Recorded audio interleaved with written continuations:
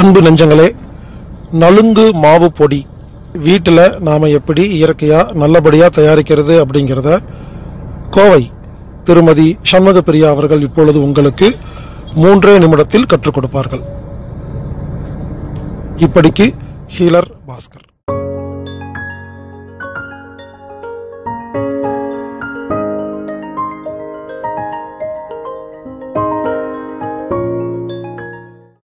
வணக்கம், என்னோட பேர் சண்முக பிரியா.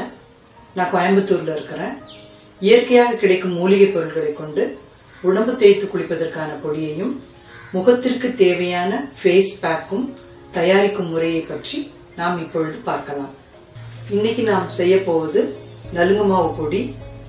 அதற்கு என்னென்ன பொருட்கள் தேவை என்பதை மற்றும் அதற்கு தேவையான அளவுகள் என்பதையும் நாம் இப்பொழுது பார்க்கலாம்.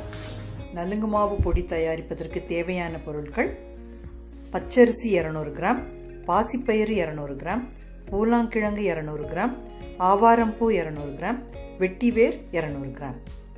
இந்த அனைத்து பொருட்களையும் வெயிலில் 2 to 3 நாட்கள் நன்கு காய வைக்க வேண்டும்.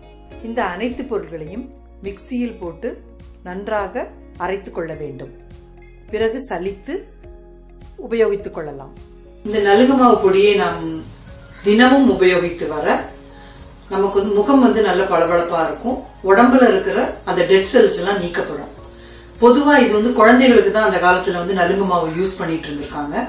நம்ம இப்ப பெரியவங்களும் அதை யூஸ் பண்ணிக்கலாம். இப்ப குழந்தைங்களுக்கு நம்ம அதை யூஸ் பண்ணும்போது அந்த குழந்தைங்களோட கலர் நல்லா இம்ப்ரூவ் ஆகும். மாநரத்திலேருந்து கொஞ்சம் சற்று கலர் அவங்களுக்கு கண்டிப்பா வரும். அது மாதிரி பெரியவங்க இல்லைன்னா கல்யாணத்துக்கு சில பேர் தயாராகி இருப்பாங்க. கல்யாணம் வரப்போகுது, எங்களுக்கு ஒரு 2 months இருக்கு, 3 months இருக்கு அப்படின்றவங்க இந்த பொருளை, இந்த பொடியை தொடர்ந்து உபயோகித்து வர அவங்களோட சருமம் பொன்னிறமாக மாறுவதற்கான வாய்ப்பு இருக்கிறது. இது சில பேருக்கு வேர்வை வாடை இருக்கும். அப்ப அந்த வேர்வை வாடை இருக்கிறவங்களும் இந்த பொடியை தொடர்ந்து குளித்து வரும்பொழுது அவங்களுக்கு அது கண்டிப்பாக அது போயிடும். குழந்தைங்களுக்கு கண்டிப்பா நீங்க இதை யூஸ் பண்ணுங்க. அவங்களுக்கு மேல ஏற்படுற அந்த சின்ன சின்ன சருமத்தில் ஏற்படுற அந்த ப்ராப்ளம் எல்லாம் நீக்கப்படும். இந்த பொடியை நீங்க குளிப்பதற்கு முன்பு தண்ணியில நல்லா கரைச்சிக்கோங்க. ஒரு உடம்பு தேய்ச்சி குளிக்கணும் அப்படின்னா ஒரு 50 கிராம் இல்லைன்னா 25 கிராம் அந்த மாதிரியான அளவு தேய்ச்சி எடுத்துக்கோங்க. நீங்க தண்ணியில நல்லா குழைச்சிட்டு சோப்பு போட்டு நல்லா உடம்பு தேய்ச்சி கழுவிட்டு அதுக்கு மேலதான் இந்த பொடியை நம்ம யூஸ் பண்ணணும். அதே மாதிரி குழந்தைங்களுக்கும் உடம்பு ஃபுல்லா எண்ணெய் அப்ளை பண்ணிட்டு அதுக்கு மேல இந்த தண்ணியில குழைச்ச இந்த பொடியை குழந்தைங்க உடம்பு ஃபுல்லா தேய்ச்சி கழுவலாம்.